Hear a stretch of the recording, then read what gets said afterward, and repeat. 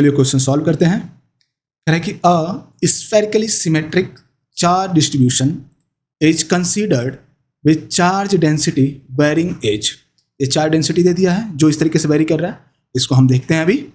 Where small r is the distance from the center O, जैसे फिगर में show किया हुआ है। पूछ रहा है आपसे electric field at point P, तो पॉइंट पी पे क्या बताना है, हमारा इलेक्ट्रिक फील्ड हमें बताना है कितना होगा। ओके चार्ज डिस्ट्रीब्यूशन समझ लें हम कि चार्ज डेंसिटी कैसे डिस्ट्रीब्यूटेड है। ये डोमेन दिया है, यहाँ स्मॉल आर क्या है, बेसिकली आपका डिस्टेंस फ्रॉम द सेंटर है, ठीक है, distance from the center to the point P.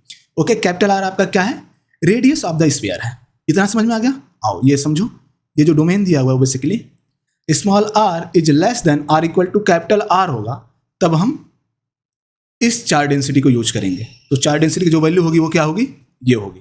Okay, दूसरा कह रहा है कि जब हमारा स्मॉल आर ग्रेटर देन होगा कैपिटल आर से, तो हमारा जो चार्ज डेंसिटी होगा वो जीरो होगा। मतलब सीधी सी है कि आउट ऑफ दिस स्फीयर क्या होगा, हमारा जीरो है, और इनसाइड दिस स्फीयर हमारा जो चार्ज डेंसिटी है वो हम ये यूज करेंगे। तो हमारा पॉइंट पी कहाँ लाई कर रहा है, इनसाइड द स्फीयर। तो जो हम चार्ज डेंसिटी यूज करेंगे सॉल्व के लिए वो हम इस वाले को यूज करेंगे, राइट। सो जो ये दिया गया है वो कहाँ से दिया गया है, बेसिकली गॉस लॉ से। ये जो क्वेश्चन दिया गया है वो गॉस लॉ से दिया है। चलो गॉस लॉ क्या कहता है हमारा, E dot d s that is equal to charge enclosed by the Gaussian surface, charge enclosed by the epsilon naught.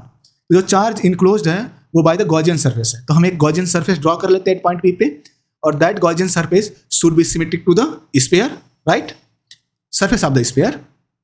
Okay, तो इसमें दो चीज करनी है हमें, आप ध्यान से दो। पहले तो हम इसे सेलेक्ट कर लेते हैं इक्वेशन नंबर 1। तो पहले हम चार्ज इनक्लोज निकालेंगे कि हमारा चार्ज कितना है। ओके, दूसरा हम इस इंटीग्रल को सॉल्व करेंगे, बस इतना काम करना है हमें। तो चलो पहले हम चार्ज इनक्लोज निकालते हैं। तो हम कैसे निकालेंगे चार्ज इनक्लोज, क्यू इनक्लोज कितना हो जाएगा हमारा। Okay, integral volume integral of क्या होता है, रो डी बी होता है, राइट। सो हम अगर इसको रो को देखें, क्योंकि रो हमारा कांस्टेंट नहीं है, वेरी कर रहा है with respect to the small r. तो स्मॉल आर बेसिकली कहाँ से वेरी कर रहा है, center to the point P. तो सेंटर पे स्मॉल आर की वैल्यू क्या होगी, जीरो होगी। पॉइंट पी पे स्मॉल आर की वैल्यू क्या होगी, स्मॉल आर होगी। बात समझ में आ गई। तो लिमिट हमें मिल गया 0 टू आर, और ये रो आर हो जाएगा क्योंकि वेरिएबल है, और यहाँ डी बी है। चूंकि डी बी हमारा क्या है, वैल्यूम एलिमेंट है, तो हम इसे कन्वर्ट करेंगे डी आर में, क्योंकि जो हमारा वेरिएबल वो आर ही है। तो वैल्यूम कितना होता है इसका, बी इक्वल टू, आप मुझे बताओ, 4/3 पाई आर क्यू। तो इसको डिफरेंशिएट कर दो विद रिस्पेक्ट टू आर, तो ये हो जाएगा आपका d b equal to 4/3 pi r q का क्या लिखोगे, 3r² डी आर। जब डिफरेंशिएट करोगे तो यही आएगा। सो 3 से 3 कैंसिल आउट, तो आपका क्या आ गया, 4πr² डी आर। समझ में आ गया। At the place of d b हम किसको यूज करेंगे, ये यूज करेंगे। तो लिखो यहाँ पे, सो रो आर के हम क्या लिखेंगे, चूंकि इनसाइड द स्फीयर है तो हम इसको यूज करेंगे, इस वैल्यू को यूज करेंगे हम। सो लिखो यहाँ पे 0 टू आर ये जाएगा, और यहाँ आ जाएगा rho naught 3/4 minus small r by capital R, right. और डी बी के प्लेस पे हमें पता है क्या लिखना है, this one. So 4πr² d r, simple, right. अब एक चीज देखो, जो कांस्टेंट है उसको बाहर कर लो और इस r को इसमें मल्टीप्लाई कर दो। तो रो नॉट 4π हमारा बाहर आ गया, और हमने उस r को मल्टीप्लाई कर दिया, तो हमारा आ गया 3/4 r² minus RQ by capital R, ठीक है। और यहाँ डी आर हो गया। अब सिंपल हमें इंटीग्रेशन करना है, राइट। तो मैं यहीं पे इंटीग्रेट कर रहा हूं इसको। ओके, क्या होगा यहाँ पे, जब आप इंटीग्रेट करोगे तो रो नॉट 4π, ओके, 3/4 इंटू r² का इंटीग्रेशन क्या होगा, r³ माइनस यहाँ r³ का इंटीग्रेशन 1/r हमारा एज इट इज r⁴/4, ठीक है, 0 टू r। चूंकि लिमिट सेम है हमारी तो वैसे ही रहेगी, हमारी यही क्वांटिटी होगी। यहाँ ध्यान से देखो, मैं इसको और थोड़ा सा सिंप्लीफाई करता हूँ। रो नॉट 4π क्या कॉमन ले सकते हो इसमें, ये 3 से 3 कैंसिल आउट हो जाएगा, तो r³ कॉमन ले सकते हो।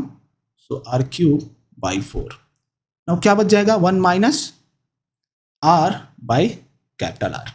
ओके, ये क्वांटिटी हो जाएगी आपकी चार्ज इनक्लोज्ड। तो हमने चार्ज इनक्लोज्ड जो निकाला, ओके, क्या निकाला हमने चार्ज इनक्लोज्ड।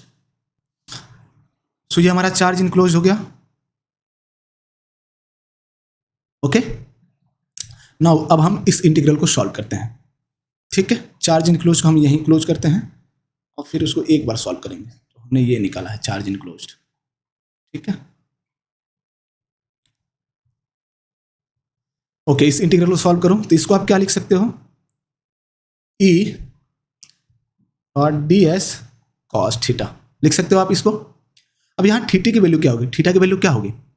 सो आप देखो इलेक्ट्रिक फील्ड की डायरेक्शन क्या होगी हमारी, इधर होगा, ये हमारा इलेक्ट्रिक फील्ड है। और जो यहाँ डी एस है ना वो बेसिकली सरफेस एलिमेंट है, तो इसकी भी डायरेक्शन हमारा इधर ही होगी डी एस की, राइट। तो दोनों में एंगल कितना होगा, क्योंकि दोनों पैरेलल है ना, तो एंगल हमारा 0 डिग्री हो जाएगा। तो cos 0 की वैल्यू क्या हो जाएगी, अगर मैं इसे 0 पुट करूँ यहाँ पे, तो cos 0 की वैल्यू क्या होती है 1। ये सिंपल हमारा क्या हो जाएगा, चूंकि सिंस यहाँ पे हमारी इलेक्ट्रिक फील्ड क्या है एट पॉइंट पी पे कांस्टेंट है, वो तो वेरी नहीं करेगी ना पॉइंट पी पे, तो ये हमारा बाहर आ गया। ओके, इसकी वैल्यू हमारी 1 होगी, तो ये हमारा ds हो गया। इसको इंटीग्रेट करोगे तो क्या लिखोगे, E S, okay, equal to Q enclosed by epsilon naught, right.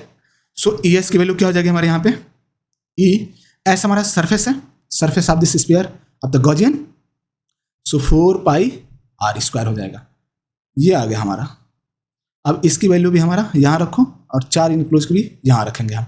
समझ में आ रहा है, तो नोट डाउन कर लो आप, मैं यहीं से इरेज कर रहा हूँ, तो आप पॉज करके नोट डाउन कर लो। सो हमने इसी निकल के क्या वैल्यू निकाली थी, E 4 pi r square. Charge enclose हमने ये निकाला था, so rho naught 4 pi r cube by F4 epsilon naught in bracket 1 minus r by capital R. ठीक है, हो गया ये। देखो 4 पाई आर स्क्वायर से ये 4 पाई आर स्क्वायर यहाँ कैंसिल आउट होगा, तो एक आर यहाँ बच जाएगा। ठीक है, ऑलमोस्ट आपका क्वेश्चन सॉल्व हो गया है। Rho naught r by 4 epsilon naught, okay, 1 minus r by capital R, 1 minus r by capital R ये रहा। Okay, rho naught r by 4 epsilon naught किधर है, ये रहा ऑप्शन बी। सो आपका ऑप्शन बी करेक्ट है।